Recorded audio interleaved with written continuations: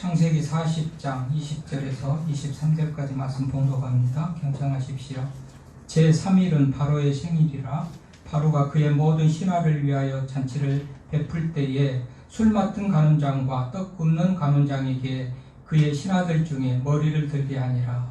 바로의 술 맡은 간원장은 전직을 회복하며 그가 잔을 바로의 손에 받들어 드렸고, 떡 굽는 간원장은 매달리니 요셉이 그들에게 해석함과 같이 되었으나 술 맡은 간원장이 요셉을 기억하지 못하고 그를 잊었더라. 아멘.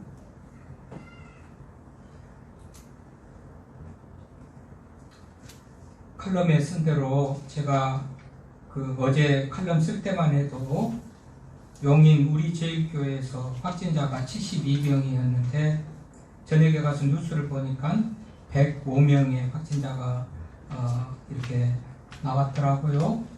용인 우리 제일교회가 어떤 교회인가 봤더니 칼럼에 있는 그대로입니다. 대한예수교 장로회라는 이름을 걸었지만 이 초석 계열의 그런 이단에 속한 그런 교회고요. 그 소에스터라는 그런 이 이름을 가진 목사인데 본명은 소게이라는 여자 목사입니다. 자신이 미스코리아 출신이라고 선교사로 그렇게 소개를 했다가 이제 지금은 목사라고 그렇게 불러진다는데요. 이 교회는 기존 교회 성도들을 끌어들이려고 목요일 밤에 집회를 하는데 신유 집회, 은사 집회 이런 제목으로 목요일 밤 11시부터 새벽 3시 반까지 그렇게 집회를 하는데 디스코 창을 방불케 하는 그런 밴드 음악에 맞춰서 복음성가를 부르고 방언으로 기도하는 그런 교회라고 합니다. 그래서 지금 현재 일반 교회, 신천지 빼놓고 일반 교회에서 나온 확진자 중에서는 가장 많은 그런 교회가 나와서 또 교회를 욕먹이고 있는데요. 이단성 있는 그런 교회들에서 이렇게 확진자가 많이 나오고 있는 것을 또 우리가 기억을 하면서 조심을 해야 되겠고, 고양시에 있는 153 기쁨교회에서도 보니까 식사를 하지 말라는데 식사를 하고 마스크를 쓰라는데도 마스크를 안 쓰고 그렇게 하면서 이렇게 또 확진자들이 늘어나고 있다고 그러고, 요즘 여기저기 교회들에서 확진자들이 늘어나는 상황 속에서 우리가 서로 조심해야 되겠는데, 이렇게 우리같이 일반적으로 조용하게 예배드리고 거리 두고 마스크 쓰고 그리고 식사를 안 하고 이렇게 하면 이런 교회, 이런 환경 속에서는 확진자들이 나오지 않는다는 것을 우리가 좀 기억을 하면서 서로 조심하면 좋겠습니다. 자, 오늘은요, 잊혀진 요셉이라는 그런 제목으로 말씀을 준비를 했는데요. 자, 서울에서 지치고 또 병든 한 사람이 이제 좀 공기 좋은 시골에서 살아야겠다고 시골로 내려가서 살았습니다.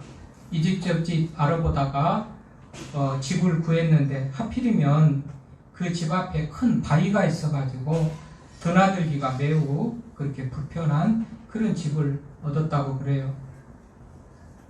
그러니까 어떻게 하겠어요?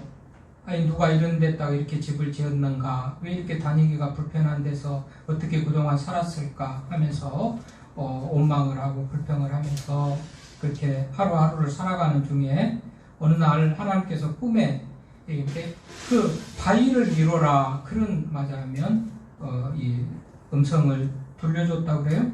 그 바위를 밀어라. 그러니까 다니기에 불편한 그 바위를 밀면 바위가 움직여가지고 좀 다니기가 좋을까, 이런 생각을 가지고서 8개월 동안 그 바위를 밀었다고 그래요. 8개월 동안 그 바위를 밀고 어느 날은 이제 얼마나 밀렸나 하고서 재봤더니 1cm도 안 밀리고 바위가 그 자리에 있더라는 것이죠. 그래서 하나님 앞에 원망하고 불평합니다. 매일 바위를 밀으라고 그래서 말대로 내가 순종하면서 바위를 밀었는데 왜 1cm도 옮겨지지 않았습니까? 그랬더니 하나님 말씀합니다. 내가 바위를 옮기라고 그랬냐, 바위를 미라고 그랬지. 바위를 밀라고 그랬는데 내가 옮기라고 그런 것 아닌데 왜 나한테 원망하냐. 그러면서 이제 거울 앞에 가서 네 모습을 봐라. 그래서 이 사람이 거울 앞에 가서 자신의 모습을 보는데 깜짝 놀랍니다. 왜요? 거기에 근육질의 건강한 남자가 거기에 서 있는 모습을 본 겁니다. 뭐죠? 자신의 병약함 때문에 바위가 가로막고 있는 그 드나들기 불편한 그 바위를 옮겨달라고 그랬는데 하나님께서는 더 좋은 것들로 건강한 몸을 주셨잖아요. 건강한 몸을. 그러니까 우리 하나님께서는 고난 중에서라도 우리는 그 고난이 불편하다고 힘들다고 고난이 없이 해달라고 그렇게 기도하고 바라는지 모르지만 우리 하나님께서는 우리가 바라는 것보다도 훨씬 더 좋은 것을 주셨다라는 그런 얘기 아닙니까?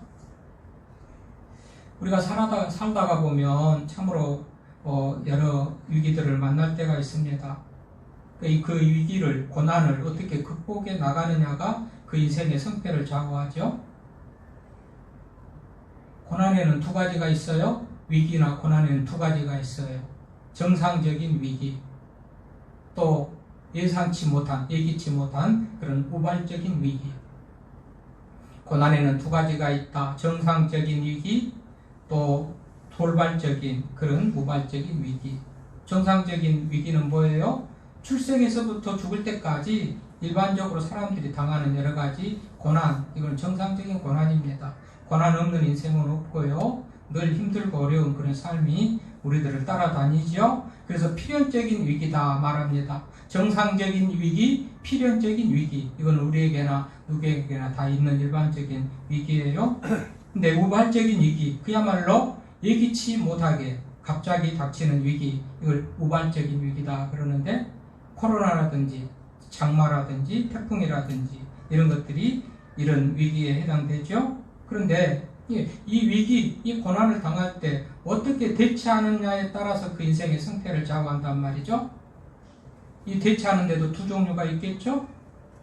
한 사람은 절망하고 낙심하고 땅이 그야말로 맞으면 하늘이 무너져 내리는 같은 그 절망감 속에서 모든 것을 자포자기하고 포기하고 내 인생 끝났다 하고 도망치려는 사람, 절망하고 한숨만 쉬는 사람이 있겠고, 또 한 사람은 그러는 중에도 이것을 극복하려고 애쓰는 그런 모습을 가지는 사람이 있겠죠. 결국은 우리는 두말할 것도 없이 두 번째,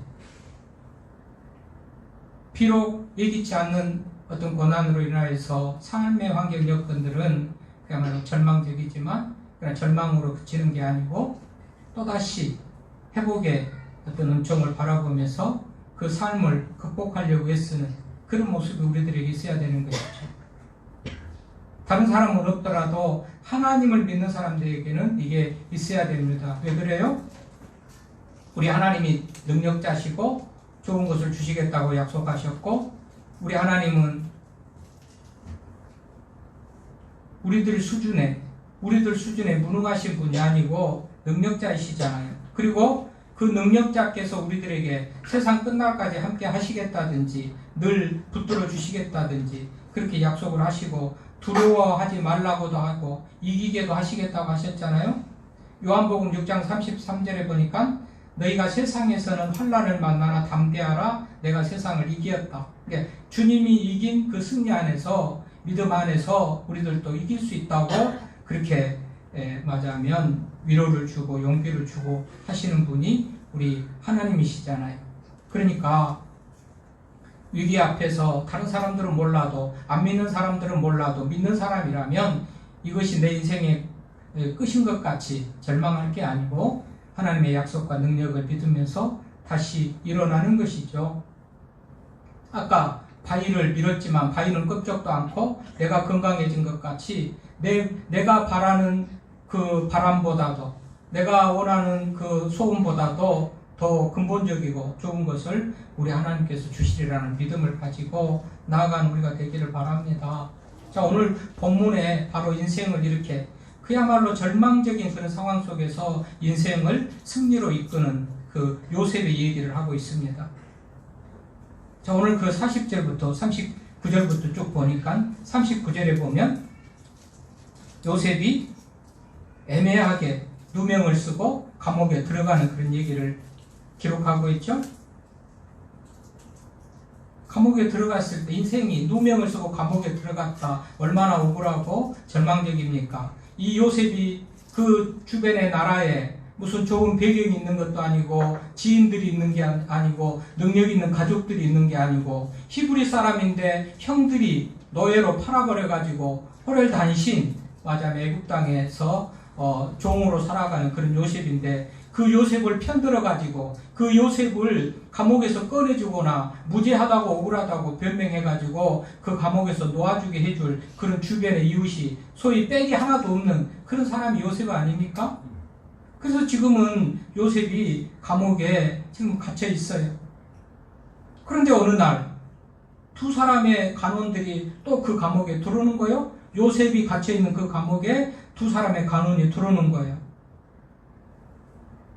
보니까 이 사람은 한 사람은 왕의 술을 맡은 관원장이고 또 한 사람은 왕의 떡을 맡은 관원장이에요. 그러니까 우리말로 비서실장 같이 그 떡 음식 먹는 부분의 총 책임자, 술 맡은 부분의 총 책임자 이런 관원장들이 어떤 일이 있었는지 또 감옥에 들어왔단 말이죠. 그런데 이 어느 날 이 두 사람들이 같이 꿈을 꿉니다. 술 맡은 관원장도 떡 맡은 관원장도 꿈을 꿨다는 거예요. 그 꿈을 꿨는데 무슨 꿈일까?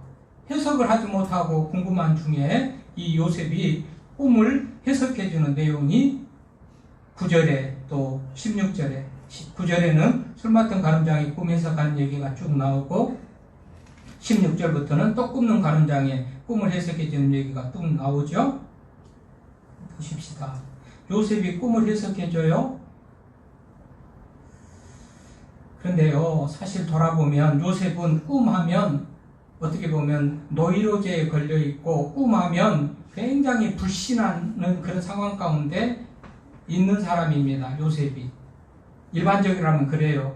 왜냐하면 요셉이 꿈을 꿨잖아요. 37장 5절에서 11절 보십시오. 앞에 넘겨가지고 37장 5절부터 11절 한번 보면 요셉이 꿈을 꿉니다. 근데 그 꿈으로 인하여서 형들이 미워해가지고 5절에 37장 창세기 5절에 요셉이 꿈을 꾸고 형들에게 말하니까 그를 더욱 미워해가지고 결국은 종으로 외국에 팔아버리는 그 계기가 되는 거예요. 그러니까 요셉이 꾼 꿈이 뭐예요? 밭에서 추수를 하는데 곡식당들이 일어나가지고 형제들의 곡식단들이 요셉의 곡식단들에게 막 다 엎드려서 절을 한다는 거 아닙니까? 그리고 또 해와 달과 11별이 요셉에게 절을 하는 그런 꿈을 꿨다는 거 아니겠어요? 해와 달은 뭐죠? 부모예요. 아버지, 어머니. 11별은 형제들이요. 다 요셉에게 맞아면 엎드려서 절하는 그런 꿈을 꿨다는 거예요. 그런데 참 요셉은 정직해요. 진실해요. 이후에 떡 맡은 간원장의 꿈을 해석할 때 죽을 꿈인데도 그 죽을 꿈이라고 그대로 숨김없이 말해주는 사람이 참 요셉이에요. 아니 죽을 꿈이라도 좋게 말해주면 나중에 어떤 도움이 될지 덕을 볼지도 모르는데요. 참 요셉은 진실한 사람, 정직한 사람, 거짓을 못. 아니 여러분 해와 달과 11별이 나에게 절을 했다. 모든 맞으면 형제들의 곡식단이 내 곡식단에게 절을 했다. 미움받을 일이거든요. 자기가 왕이고 모두가 다 무릎 꿇으라는 그런 얘기인데 좋아할 사람이 어디겠어요. 부모라도 형제라도. 그러니까는 부모도 야단치죠. 아버지도 야단쳐요. 10절에 보니까 37장 얘기입니다. 10절에 그 꿈을 얘기를 들은 아버지가 또 맞아면 아버지가 그를 꾸짖고 이 꿈이 무엇이냐 말도 안 되는 소리 하지 마라 하면서도 맞아면 아버지는 그 마음을 간직하는데 어쨌든 형들 앞에서 야단치는 모습으로 그것을 정리하는. 그러니까 조금 삼가하고 해서는 안 될 그 꿈 얘기를 사실대로 정직하니까 진실되게 해버리는 거예요.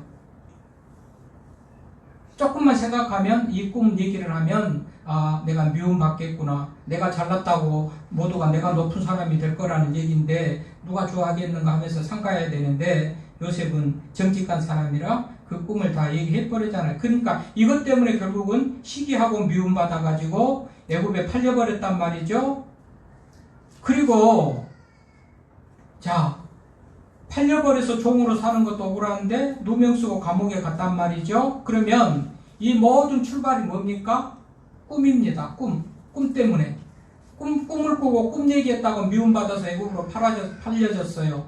그리고 그 꿈은 자기가 높은 사람이 되고 형제들이 다 부모까지라도 자기 앞에 무릎을 꿇으라는 그런 꿈이었는데 지금은 감옥에 살고, 그러니까 요셉이 꿈하면 지긋지긋하게, 이 꿈은 믿을 수 없는 거야. 이 꿈이 뭐야? 헛꿈이야? 개꿈이야? 이런 꿈을 꿨지만 내가 이 모양인데 꿈을 신뢰하겠습니까? 믿겠습니까? 꿈하면 말도 하기 싫은.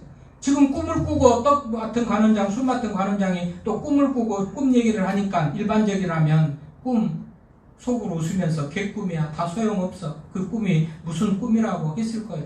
또 말 잘못했다가 꿈 얘기했다가 또 어떤 억울한 일이 당할지 모르니까 입 다물 수 있는 그런 상황이 요셉과 꿈입니다. 꿈하면 요셉에게는 그런 어떤 트라우마가 있고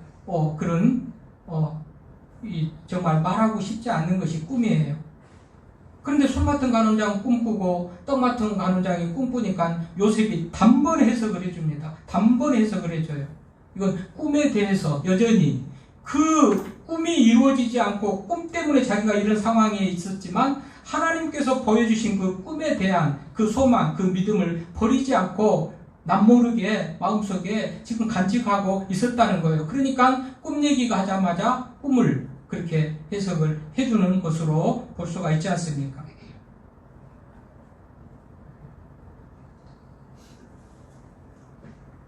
그래서요, 꿈 얘기를 해주는데 다 이 맞으면 꿈을 해석을 해주면서 뭐라고 그래요? 떡 맡은 간원장에게 이렇게 얘기합니다. 당신은 복직될 것이니까. 이 요셉이 술 맡은 간원장의 꿈을 보니까 복직될 꿈이요. 복직될 꿈. 그래서 14절에 당신이 잘 되시거든. 오늘 본문 다시 40장으로 돌아와서 당신이 잘 되시거든 나를 생각하고 내게 은혜를 베풀어서 내 사정을 바로에게 아뢰어 이 집에서 나를 건져 주소서. 나는 히브리 땅에서 끌려온 자요 여기에서도 옥에 갇힐 일은 해가지 아니하였나이다. 자기가 소속이 어디고 지금 내가 억울하게 감옥에 갇혔다는 것을 하소연하듯이 말을 하면서 당신이 복직되면 이때는 그만한 능력이 있을 것이니까 그때 나를 좀 기억해가지고 이 감옥에서 꺼내달라, 그렇게 얘기한 것이죠. 여러분, 나는 히브리 사람이다, 히브리 땅에서 끌려온 자다라는 거. 이 히브리 사람이 누굽니까? 선민 아닙니까? 하나님께서 특별히 택한 백성, 주변에 많은 족속이 나라가 있고 사람이 있지만 하나님께서 특별히 택한 백성이 히브리 사람이란 말이죠. 이 히브리 사람들은 하나님의 자녀됨의 자부심을 가지고 하나님이 그 백성을 구원하시고 약속하신 것을 이루실 것이라는 그 정말 소망 가운데서 사는 사람이 히브리 사람이에요. 요셉은 거기에 대한 희망을, 미련을 버리지 않고 희망을 가지고 정말 나는 약속을 받은 히브리 사람인데 히브리 사람에게는 하나님께서 자녀로 삼으시고 땅을 주시고 번성하게 하시고 모든 민족 위에 뛰어나게 하시겠다는 그 약속 있는 그 백성인데 내가 이 모양 이 꼴로 끝나는 인생이 아니다. 이걸 막 호소하듯이 고백하고 선포하고 그러는 거예요. 내 인생은 이렇게 끝날 인생이 아니다. 종으로 팔려가지고 감옥 살다 억울하게 살다가 인생 끝날 인생이 아니다. 나는 히브리 땅에서 끌려온 사람이다. 나는 히브리 후손이다. 옥에 갇힐 일도 안 했다. 억울하다. 그렇게 하면서 술 맡은 간원장에게 자기를 기억해달라고 그렇게 얘기를 하죠. 그런데 어떻게 합니까? 23절에 보니까 오늘 읽었던 본문 23절, 술 맡은 간원장이 요셉을 기억하지 못하고 그를 잊었더라. 여러분, 요셉은 하나님도 믿었지만 사람에게 대한 기대도 매우 컸던 것 같아요. 사람에게 믿음을 가지고 기대를 가지고 술 맡은 간원장 당신 그래도 꽤 높은 지위에 있으니까 나를 기억해서 좀 꺼내 주십시오. 내 억울함을 들어주십시오 했는데 술 맡은 간원장은 요셉을 기억하지 못하고 자기 일 평안하고 아무 일 없으면 됐지 내가 왜 나무 일까지, 그것도 히브리 노예로 종으로 맞으면 히브리 외국에서 팔려가지고 종살이하고 감옥에 있는 그 죄인을 위해서, 하찮은 그 사람을 위해서 내가 무슨 편을 들어주고 그러니까 인간을 기대했다가 인간에 대한 기대를 했다가 완전히 요셉은 지금 실망하는 그런 모습입니다. 그러니까 또다시 아무 소식도 없고 기대했던 기대는 무너지고 아무 소식도 없고 고독의 시간 또 외로움의 시간 그야말로 이런 고통의 시간을 또 보냈겠죠. 2년 동안 이런 시간이 지납니다. 그 아래 41장 1절 보십시오. 만 2년 후에 사람으로서는 아무 관심도 없고 도대체 길이 없고 기회가 없고 억울함도 또 감옥에서 나갈 길도 없고 막혀있는 그때에 2년이 지납니다. 2년 동안 요셉은 또 감옥에서 역시 꿈은 정말로 거짓이었는가 역시 꿈은 정말 이 객꿈이었는가 하나님의 약속은 헛된 것인가 갈등하면서 고민하면서 2년 동안 그 고독과 고통의 그런 감옥 생활을 하고 있는데 하나님이 기억하시니까 하나님은 잊지 않으시고 요셉을 높이실 그런 기회를 만드시는 거예요. 사람은 잊어버리지만 하나님은 잊어버리지 않아요. 사람은 약속을 잃어버리지만 하나님은 잊어버리지 않으셔요. 애절하게 고독하고 고통받고 답답하고 절규하는 그 요셉이 드디어 회복의 기회를 얻게 되는데 어떻게 그럽니까? 하나님께서 바로에게 왕에게 꿈을 꾸게 했다는 거예요. 근데 그 꿈을 꾸고 나니까 아무도 해석하는 사람이 없어. 여러분 애굽이 뭡니까? 역사 속에서 애굽은 이집트라는 역사적 이름을 가진 대제국 이집트 대제국은 지금까지도 그 문화나 무슨 예술품이나 건축물이나 대단하게 지금도 현대에도 뛰어난 그런 어떤 건축 예술 뭐를 얘기하는 그런 나라가 이집트 아닙니까? 그런데 당시 막강한 그런 대제국을 가졌던 나라가 이루었던 나라가 이집트예요. 그런데 오늘 꿈을 꾸고 바로가 그 꿈을 해석하지 못하고 번민하는 중에 41장 8절에 보니까 그의 마음이 번민하여 사람을 보내어 애굽의 점술과 현인들을 모두 불러 그에게 그 꿈을 말하였으나 그것을 바로에게 해석하는 자가 없었더라. 바로가 꿈을 꾸는데 그 꿈을 해석하는 사람이 없어요. 이집트라는 그 대제국의 그 넓고 넓은 땅에서 수많은 박사들, 점술가들, 현인들 모든 사람들을 다 동원해가지고 꿈을 말하고 해석하라기도 해석한 자가 없었다고 8절의 성경은 그렇게 기록하고 있죠. 왜 그랬을까요?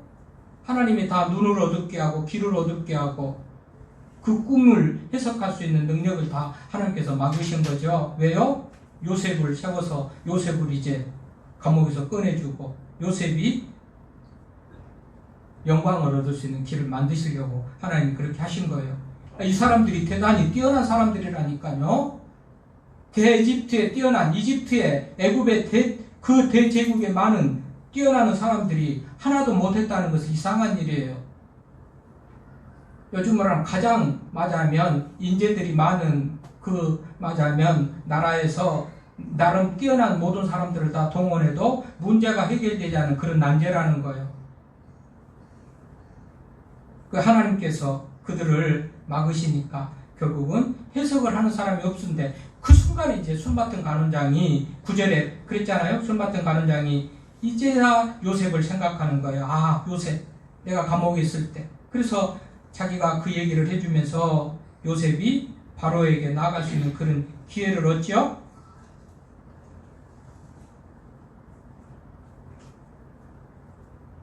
사람의 생각 속에서는 요셉이 사라졌지만 하나님께서는 요셉을 기억하고 계셨다가 하나님의 때에 이때다.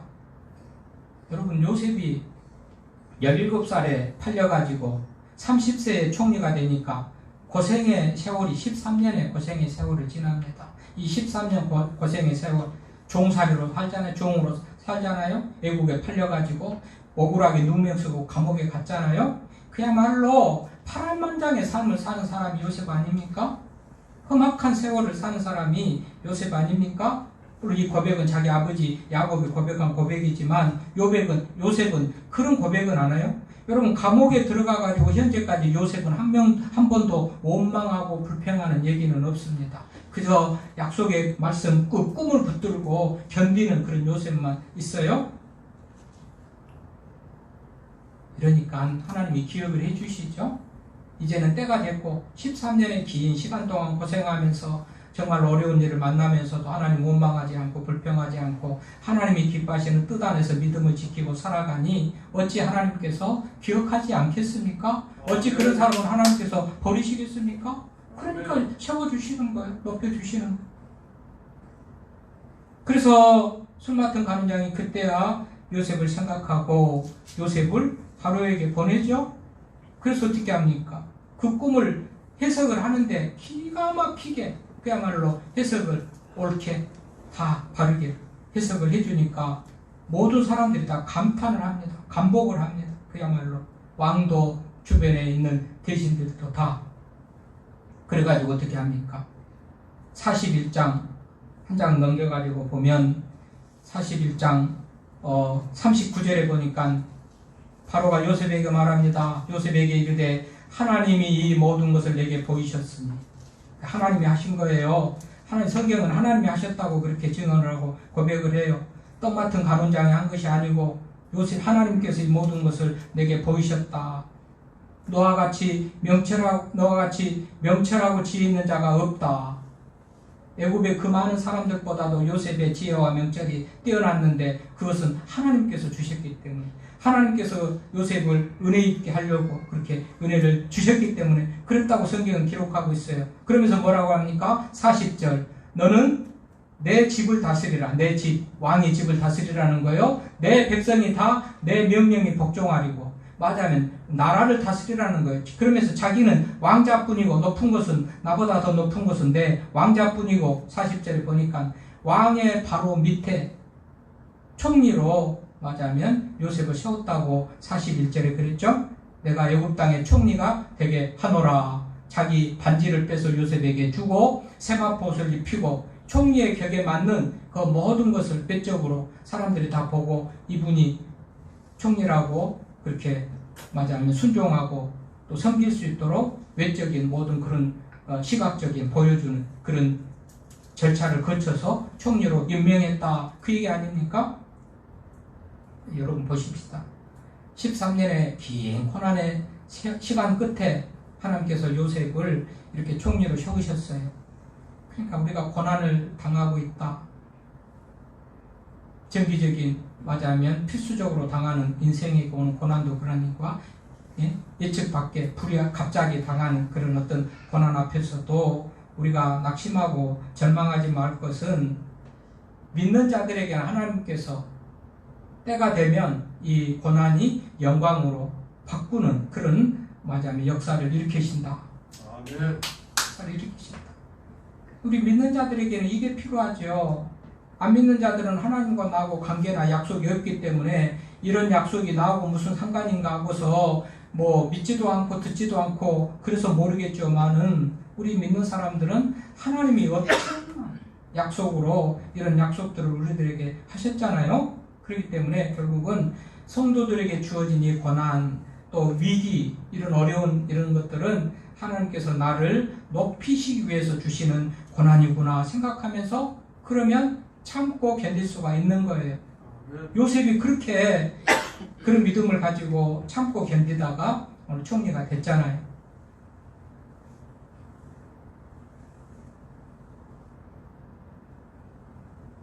이런 사실 앞에서 우리는요 정말로 인생의 운명, 인생의 삶은 요즘 장마철의 날씨 보십시오. 금방 해가 났다가 금방 소나기가 내려졌다가 정말로 변동이 심하죠. 우리 인생의 어떤 삶도 이렇게 금방 해가 나는 좋은 때가 되는 것 같다가도 순간 또 고난을 만나는 어려운 때가 닥치기도 하고 이것이 인생이구나. 이것이 인생이구나. 이렇게 예측할 수 없는 그런 삶을 살아가는 우리들이 오직 믿고 바랄 것은 변함이 없으신 하나님의 약속이고 능력이다. 이것을 기억하면서 믿음을 가지시고 나아가십시오. 요즘 좀 어렵습니까? 지금 교회적으로도 제가 지난주에도 마찬가지고 집합 제한 명령을 내리고 모든 어떤 것들을 제한을 시키고 교회적으로도 우리 성도들도 삼대로 여러 가지로 지금 어려운 상황에 있지만 우리 하나님께서 생사화복을 주관하시잖아요. 생사화복을 하나님이 주관하시는 것은 믿는 사람은 믿고 안 믿는 사람들은 상식으로 다 알아요. 내 힘으로, 내 능력으로, 노력으로, 열심으로 안 되는 것이 수없이 많다는 것을 경험하면서 인생은 하나님의 손안에 있구나라고 고백을 하잖아요.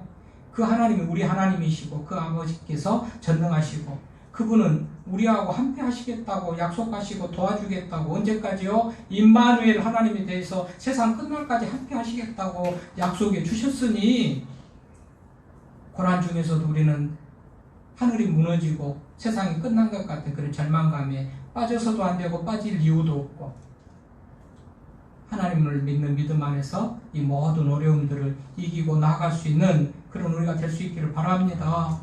아멘. 때로는 코로나도 주고 장마도 주고 더위도 주고 어떻게 하면 우리가 정말 괴로운 어떤 그런 시간 속에 있지만 하나님께서는 또 회복하실 때가 있으시죠. 우리가 금요일 기도할 때에 늘 기도에 맞으면 기도하면서 그러죠. 어려운 문제를 두고 기도할 때에 코로나 같은 것을 두고 기도할 때도 우리는 하나님 앞에 무죄한지 모르지만 모든 재앙들, 특별히 전염병과 같은 그런 재앙들은 민족적으로 개인적으로 하나님 앞에 범죄했을 때 주어지는 경우가 많으니 나는 죄가 없이 의롭고 살았을지 몰라도 우리 교회는 우리 국가는 그랬을지 몰라도 맞아면 누군가가 어떤 교회는 어떤 국가가 누군가가 하나님 앞에 또 맞아면 합당하지 못한 그런 모습을 받아서 이런 일이 있을 수도 있겠다라는 사실을 우리는 또 알지 몰라요. 그것인지 모르잖아. 아니다고 기도하고 누가 단정 지을 수는 없는 거예요. 그런 의미에서요. 우리가 이런 어려운 일을 당할 때도 나는 아니지만 누군가가 하나님 앞에 범죄했을까? 그러면서 회개하고 나라도 기도하면서 말씀대로 바로 살려고 애쓰는 것. 이게 바로 이 고난을 이길 수 있는 길이고 이 어떤 코로나나 여러 가지 재난을 면할 수 있는 그런 길인 줄 알고요. 자, 요셉이 그런 삶을 살았던 것 같이 우리 인생은 참으로 우여곡절이 많고 파란만장한 그런 삶의 연속입니다. 그럴 때 우리는 낙심하지 마십시오. 하나님의 능력과 우리에게 하신 약속으로 인하여서 더욱더 인내하면서 우리가 외국에 팔려가가지고 억울하게 감옥에 가는 그런 신세까지도 가보지는 않았지만 우리 그 요셉은 그런 상황 속에서도 하나님이 요셉을 총리로 세우시는 그런 은혜를 기억하면서 여러분 이제 마태복음 24장에 보면 말세에는요 더 믿음으로 사는 그런 어려운 일들이 많이 있을 거라 말해요. 왜 그러죠? 지난 주일에도 말씀드렸듯이 시간이 얼마 남지 않은 말세에는 서로 영적 싸움 속에서 내 편을 더 많이 확장하고 내 편을 늘리고 그러려다 보니까 사단 마귀의 공격이 더 막 극심하죠. 말세가 될수록 시간이 얼마 남지 않았으니까. 그러니까 말세에는 더 우리가 믿음을 지키고 살기가 어려워요. 그것이 환경으로도 무슨 맞아요. 전염병이라든지 장마라든지 여러 가지 고난으로 우리들에게 올 수도 있어요. 그때마다 말세가 되면 믿음을 지키기가 어렵고 말세 때 마태복음 24장에 보면 재난이 일어나고 난리가 일어나고 서로 국가가 대적을 하고 사랑이 식어서 불법이 성행하고 이런 마지막 때의 현상을 말하는데 지금이 그 말씀하고 어쩌면 그렇게 똥 맞아 떨어가져 가는지. 그러니까 어려운 일을 만날 때 더욱더 말세가 되면 이렇다고 하나님께서 말씀해 주셨어요. 예방주사를 맞고 그 질병을 이길 수 있는 것 같이 하나님께서 그 말씀을 하시면서 준비하고 예비하도록 말씀을 해주신 것을 우리는 미리서 알고 들어요. 그러니까 더 흔들리지 않는 믿음을 가지고 이 어려움들을 이기고 나갈 때 하나님께서 우리들에게 웃을 수 있는 날을 주시고 요셉을 감옥에서 영광의 총리로 그렇게 영광을 주신 것 같이 우리들도 승리하게 해주실 것을 믿는 믿음으로 어려운 시기를 잘 이겨나가는 우리가 될 수 있도록 바랍니다.